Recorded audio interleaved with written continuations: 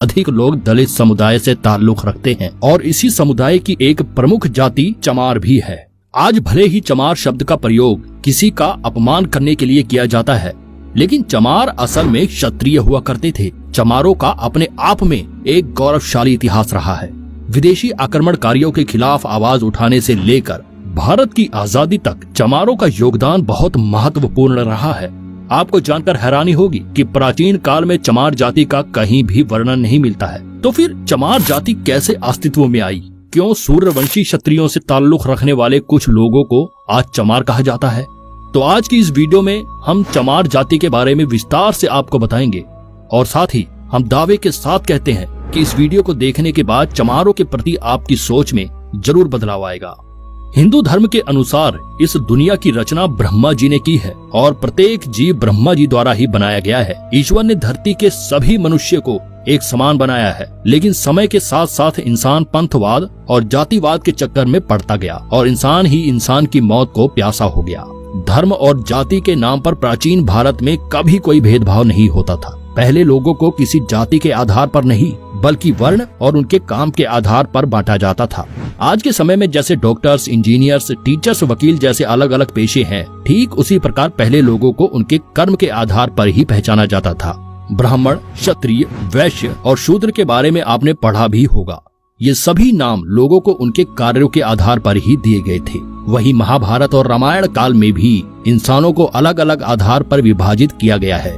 उस समय देव, दानव, राक्षस, यक्ष, किन्नर और गंधर्व के आधार पर जाति तय की जाती थी, जो आज की जातिवाद से बिल्कुल भिन्न है। चमार जाति के बारे में वैसे तो कहीं उल्लेख नहीं है। चमार शब्द का प्रयोग पहली बार सिकंदर लोधी द्वारा 16वीं शताब्दी में किया गया था, जिस समय भारत में तुर्की और अफगान के आक्रमणकारियों ने भारत में प्रवेश करना शुरू किया था। उस समय पश्चिम बंगाल में चर्मकार वंश का राज हुआ करता था। ये इक्ष्वाकु और सूर्यवंशी क्षत्रिय समुदाय से संबंध रखते थे। गौतम बुद्ध, चंद्रगुप्त और अशोक सम्राट भी इसी वंश के थे। राजा चवर सेन के शासनकाल के दौरान चर्मकार वंश काफी ऊंचाइयों तक पहुंच गया था। संत रविदास जी भी चवर वंश के ही वंशज थे। चित्तौड़ के राजा राणा सांगा और उनकी पत्नी झाली रानी संत रविदास जी को काफी मानते थे। राजा और रानी ने मिलकर रविदास जी से चित्तौड़ आने का अनुरोध किया और कहा कि वे चित्तौड़ के राजगुरु बनकर महल में निवास करें। रविदास जी ने राजा का आग्रह स्वीकार कर लिया और चित्तौड़ के महल में रहने लगे। इस दौरान रविदास जी के व्याख्यान और उनकी रचनाओं ने लोगों को प्रभावित करना शुरू कर दिया और बड़ी संख्या में लोगों ने रविदास जी को अपना गुरु स्वीकार कर लिया। वहीं दूसरी ओर दिल्ली में सिकंदर लोधी का शासन चल रहा होता है। सिकंदर को रविदास जी के बारे में सूचना मिली तो उन्हें डर हुआ कि कहीं लोग इस्लाम धर्म की बजाय रविदास जी से ज्यादा प्रभावित होना शुरू न कर दे। सिकंदर घबरा गया और अपने एक खास व्यक्ति मुल्ला सदना फकीर से कहा कि वह चित्तौड़ जाए और रविदास जी से इस्लाम धर्म कबूल करने को कहे। रविदास जी को जबरन मुसलमान बनाने के लिए सदना फकीर चल पड़ा। जब उसकी मुलाकात रविदास जी से हुई तो रविदास जी ने कहा कि वह शास्त्रार्थ और तर्क वितर्क कर ले। अगर सदना फकीर उन्हें पराजित कर देता है तो वह इस्लाम धर्म कबूल कर लेंगे, लेकिन साथ ही उन्होंने शर्त रखी कि अगर सदना फकीर हार जाता है तो उसे हिंदू धर्म कबूल करना होगा। सदना फकीर को अपने आप पर पूरा भरोसा होता है और दोनों के बीच वाद विवाद शुरू हो जाता है। इस शास्त्रार्थ में रविदास जी की जीत होती है और उनके तर्क वितर्क से सदना फकीर इतना प्रभावित हो जाता है कि वह अपनी मर्जी से ही हिंदू धर्म अपना लेता है और अपना नाम बदलकर रामदास रख लेता है। रामदास और रविदास जी मिलकर हिंदू धर्म का प्रचार करने में जुट जाते हैं। रविदास जी समाज के सभी लोगों को एक समान नजरों से देखते थे और बराबरी का संदेश दिया करते थे। जब सिकंदर लोधी को पता चला कि सदना फकीर ने हिंदू धर्म अपना लिया है तो वह आग बबूला हो गया और उसने रविदास जी को बंदी बनाने के आदेश दे दिए। रविदास जी को बंदी बनाकर एक कारागृह में डाल दिया गया, जहां उन्हें चमड़े के जूते बनाने का काम सौंपा गया।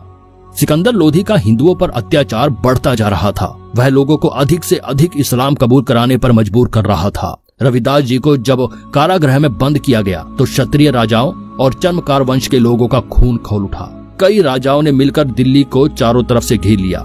सिकंदर लोधी के खिलाफ आम लोगों ने अपनी आवाज बुलंद कर दी। इस तरह लोगों के विद्रोह को देखते हुए लोधी ने संत रविदास जी को रिहा कर दिया। लेकिन सन 1520 ईस्वी में संत रविदास जी का देहांत हो गया और एक बार फिर सिकंदर लोधी का अत्याचार बढ़ गया। चर्मकार वंश के लोगों ने इस्लाम धर्म कबूल करने से साफ इनकार कर दिया। सिकंदर लोधी ने इस वंश के सैकड़ों हजारों लोगों को बंदी बनाया और उन्हें चमड़े के जूते और अन्य चीजें बनाने का काम सौंप दिया गया।